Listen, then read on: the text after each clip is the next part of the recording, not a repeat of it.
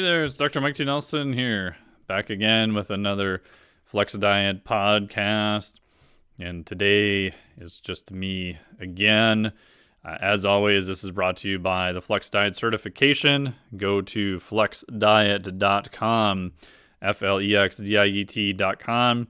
Get on the wait list to be notified the next time that it opens, which is going to be around mid-April if you're listening to this once this podcast comes out. And I have lots of free content for you on the daily newsletter. There are also all things about how to increase lean muscle mass, performance, and do it without destroying your health in the process.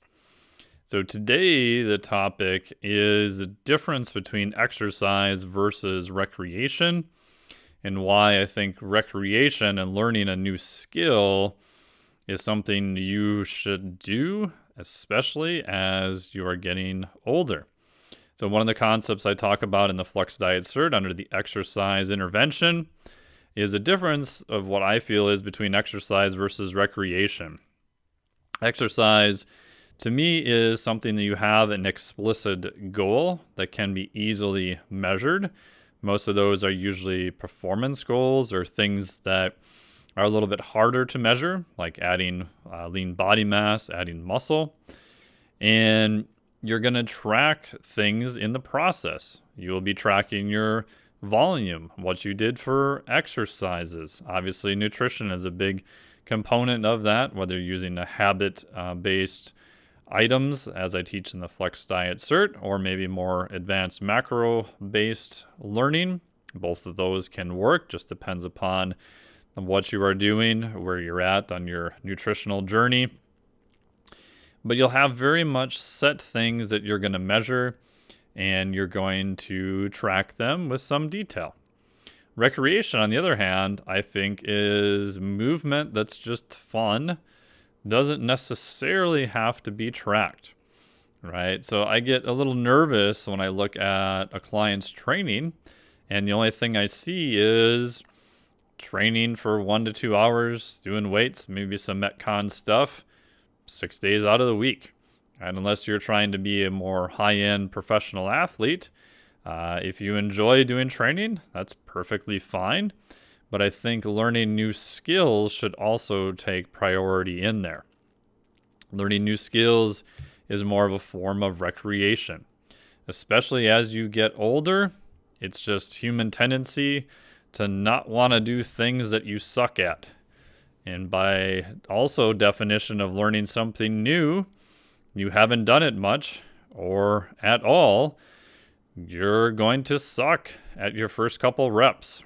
And that's okay. That's part of the learning process.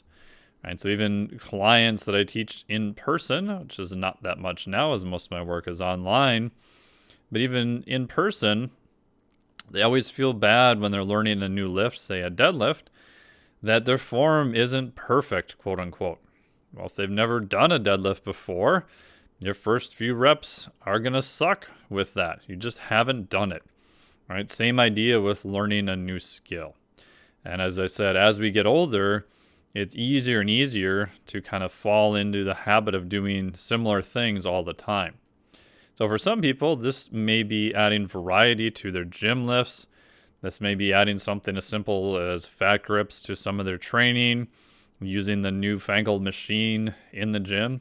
I think all of that can be useful if it fits in with your goals. I would argue of going beyond that and trying to learn skills where you have to be a little bit more athletic. And by athletic, I'm thinking about coordination of hands, eyes, head. Think of the sensory information that comes in, right? Visual information, vestibular input from the inner ear, right? AKA quote unquote balance, even though balance is a lot more complicated than that. Proprioception, a fancy word for where your limbs are in space. So if you have both arms out, you can close your eyes and still touch your nose and not poke your eyeball out, because your joints are giving your brain information where your limbs are in space, even with your head not moving and your eyes closed. Recreation is a combination of all of those movements. I especially like things where there's a ball or an object involved where you have to interact. Let's say tennis, baseball, even throwing and catching a ball, just ultimate frisbee, etc. Most winters, although I haven't the past couple winters, I'll play broom ball. So broom ball, just think of that as like poor man's hockey, where we put on hockey equipment and run around on frozen lakes or frozen rinks with special shoes, no skates, and we use plastic brooms and hit a ball around instead of sticks with a puck. So similar idea though.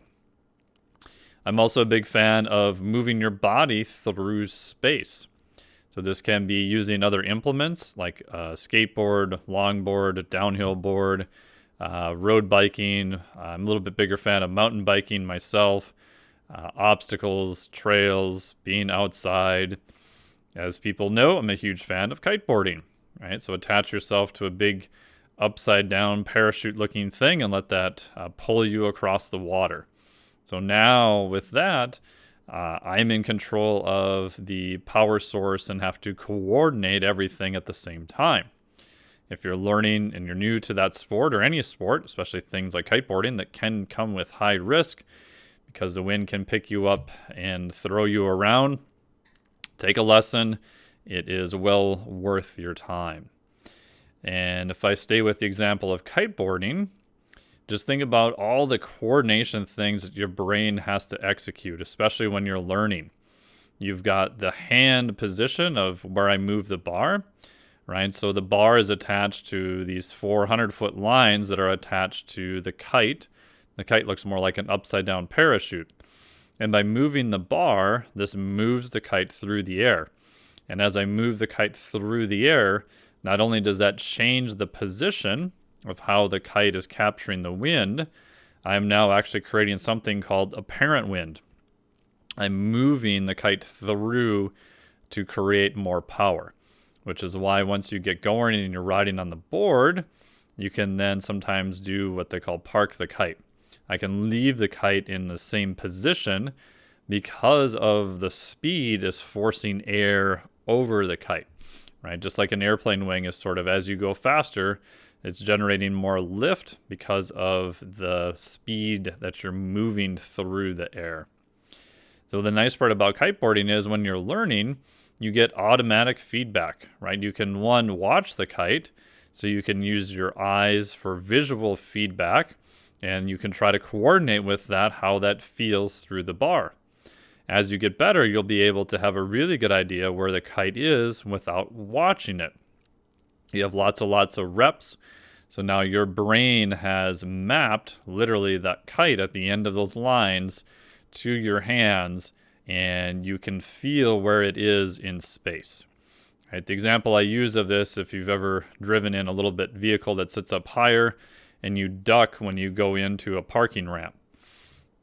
Ducking inside a car isn't going to do anything, but if your body has mapped that car via proprioception, it thinks that you're getting close to it, right? So it's kind of reflexes to try to move out of the way, right? So anything that we're holding on to, and if you're a hockey player, you have a very good idea of how the stick is an extension of your body. You can feel where the puck is and how to move it around. So same idea.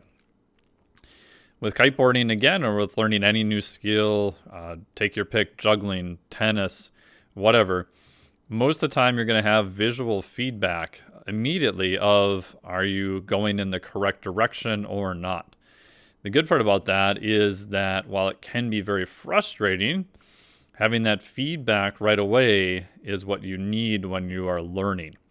Like sports and things that would be really hard to learn is if that is very much delayed and not as immediate, or costs are much higher.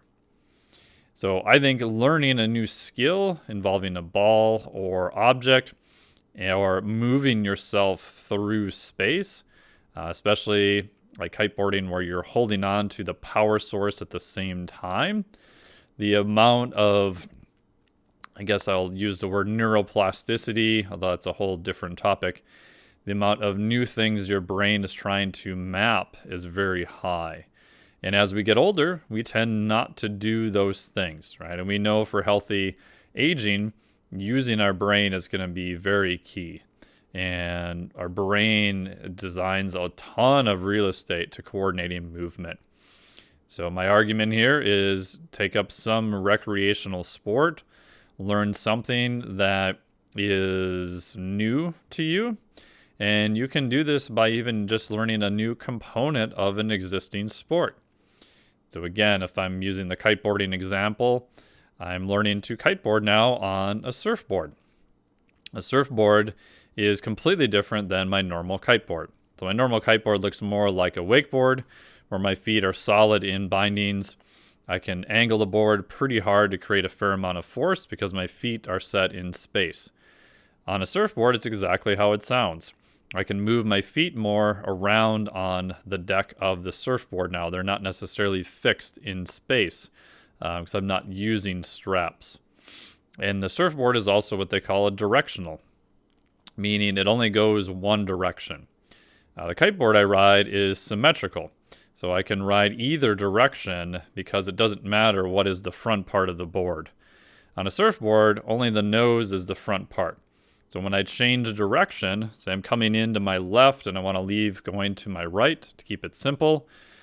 On a general kiteboard, if it's symmetric, I just change what is going to be facing front. No big deal. On a surfboard, it's directional. So now I have to move my feet around on the board to keep the nose going in that direction. So again, now I'm having to coordinate movement of the kite, movement of the board, movement of my feet on the deck as all of this is happening at the same time. And to add complexity to it, if I go too slow, because the surfboard I have is a moderate size, the board's going to sink. Or if I step off the midline wrong, especially when I don't have much power, the board is going to tilt and off I go. So last time I went out, I literally spent a whole day trying to just do one fugly looking transition, right? And in all honesty, it wasn't super fun. It was hard and it was pretty frustrating.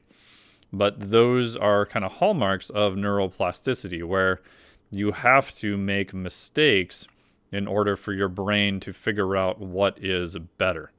So as weird as it sounds, for every transition that I didn't make, I'm getting feedback on, what was better, what wasn't. Oh, wow, I made it 3/4 of the way into the turn, so that was better. Oops, I didn't go fast enough. I sunk. Oops, I went a little bit too fast. I powered up the kite and it just picked me up right off of the board. Right, so I'm getting constant feedback all the time. And as much as people don't like making errors, Dr. Andrew Huberman has talked about this too. Definitely recommend his podcast and all of his stuff. Making errors are part of what drives neuroplasticity. So as we get older, we want to make smaller and smaller errors, and we have to do things in a little bit more incremental progress. If you're young, you can probably make bigger gains in learning something new by making bigger mistakes and taking bigger leaps. As you get older, you need to take a little bit smaller kind of pieces of the elephant as you're eating it. So what I'm working on now when I go back to South Padre again for kiteboarding is riding the board in just different foot positions first, that these are the positions I'll need to be in as I'm executing the turn. Once I'm good at that, then I will try to link them through a turn. And my first goal is just to make it through the turn. I don't even care what it looks like. I don't care how slow or how fast I go or how pretty it looks. That's the first goal. After I'm able to execute that, going both directions, then I can worry about trying to make it pretty, trying to go a little bit faster, get a little bit more speed going into it, a little bit more speed coming out. I can now work on trying to modify that motor task. So I would argue that learning something new, especially a sports skill, to integrate all those parts of your brain that are probably not used to that degree on a daily basis, is going to be good for mental health, brain function, especially as you age. And when you master those things, even if it's something very small, you have a sense of accomplishment, and the whole process should be relatively fun, even though certain parts of it are going to be frustrating. That frustration is actually needed to move changes in your brain, what's called neuroplasticity. So don't get too negative or down on it. By definition, you're doing something new and you haven't done it before, so you are going to suck, and that's okay. So I would encourage you to pick up something and start sucking and getting better at it, and you will be able to add more movement, more variety, novel things via recreation in addition to your normal fitness and exercise plans. So if you want to know more about exercise versus recreation, check out the Flex Diet certification. Go to flexdiet.com, FLEXDIET.com, and you'll be able to hop on the wait list there. And I will be sending you daily information on how to increase muscle mass, performance, all without sacrificing your health. And in keeping with the theme of this podcast, I am now headed out to do some snowboarding. And I've been snowboarding since 1992, but this will be my first runs on my new snowboard, which I'm super excited. And again, keeping with the theme, it's new, so it's probably going to be quite different than what I've had before.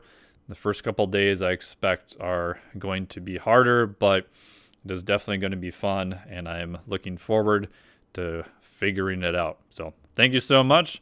Appreciate you listening. Take care. Talk to you soon.